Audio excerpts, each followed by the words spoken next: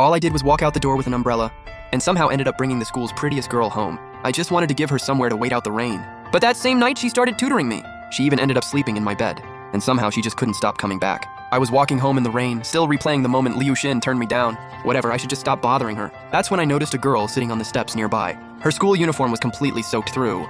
She looked absolutely miserable. I wasn't gonna say anything, but then I saw her face and I froze. She froze too, both of us just staring, eyes wide open. I snapped out of it and asked, and ran, "What are you doing out here?" She looked away. "None of your business." "Fair enough," I said and turned to leave. I walked away. About 10 steps out, I heard quiet sobbing behind me and ran head down, crying, shivering from the cold.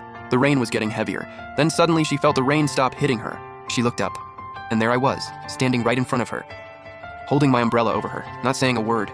She wiped the rain and tears off her face and said through her tears, "What are you doing? This isn't your problem." I literally just said it's none of my business. She kept crying, tears coming faster than she could wipe them away. Finding my own class president crying alone at night? How is that none of my business? I pulled a small pack of tissues from my bag and handed it to her. She hesitated, then took it and wiped her face. "Thanks." I could see her body was still shaking. So I said, "My place is right nearby. Come warm up for a bit." Before she could even respond, I reached out and pulled her up off the steps. She jumped. "Hey, what are you doing? Let go, I'm not going." She tried to pull away, but she couldn't budge my grip at all. "Look, anyone would step in here." I don't normally do this kind of thing either. Anran gave up fighting. She just didn't have the energy. Plus, she quickly realized she literally couldn't break free. A little while later, I walked her to my front door. I opened the door and walked in. She just stood in the doorway, frozen. I looked back, sighed, and just pulled her inside. The door clicked shut, and Anran's heart started racing. There was even a flash of fear. I grabbed a pair of slippers and tossed them in front of her, then headed into the bedroom. Anran stood at the entrance, debated it for a moment, then put on the slippers and walked in. The second she stepped inside, she noticed the shoe rack only had one person's shoes. That's when it hit her. Suchen lives alone. Then she looked around. Gym equipment, everywhere. Now she finally understood why he was so strong. And honestly, the place was way cleaner than she expected. I came back out holding a set of clothes, a towel, and a hairdryer. Dry off first. Get your hair dry too. Then change into these. They're not new, but I've only worn them once. Should be fine. You can change in the bedroom. I handed her everything and headed straight for the kitchen. Anran stood there holding it all, completely lost. Every part of her was saying no. Her brain kept telling her, just put it down and get out of here. But the way I said it felt like an order she couldn't ignore. She heard my words, and her body just obeyed. She toweled off quickly, blow-dried her hair, then changed in the bedroom. It was the first time Anran had ever worn someone else's clothes. Her face went bright red instantly.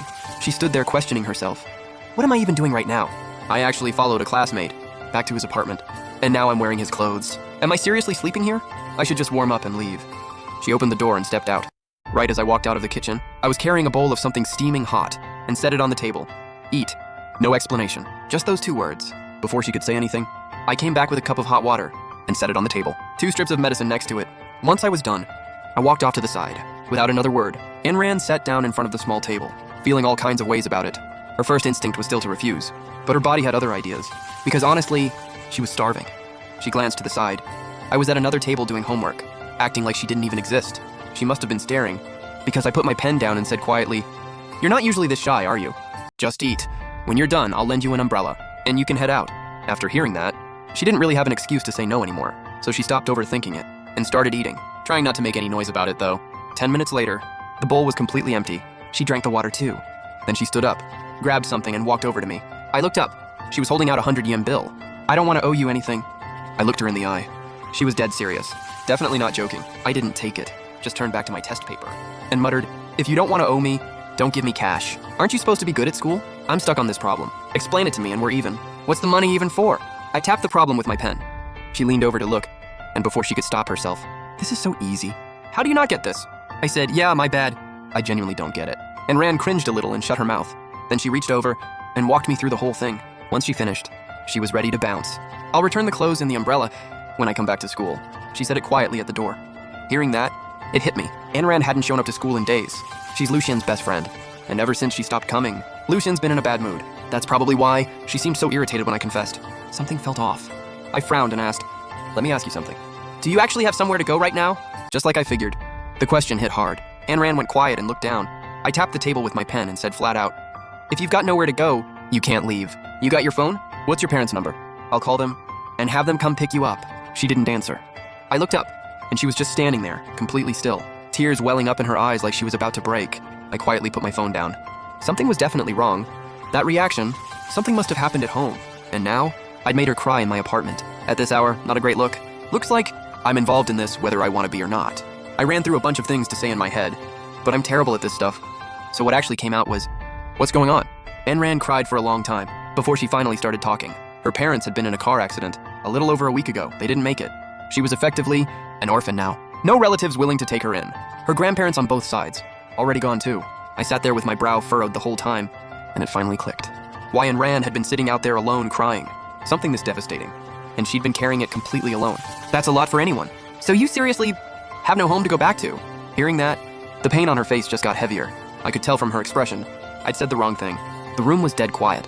Just the sound of her trying not to cry. I looked away. Had no idea what to do. Ayn Rand is our class president.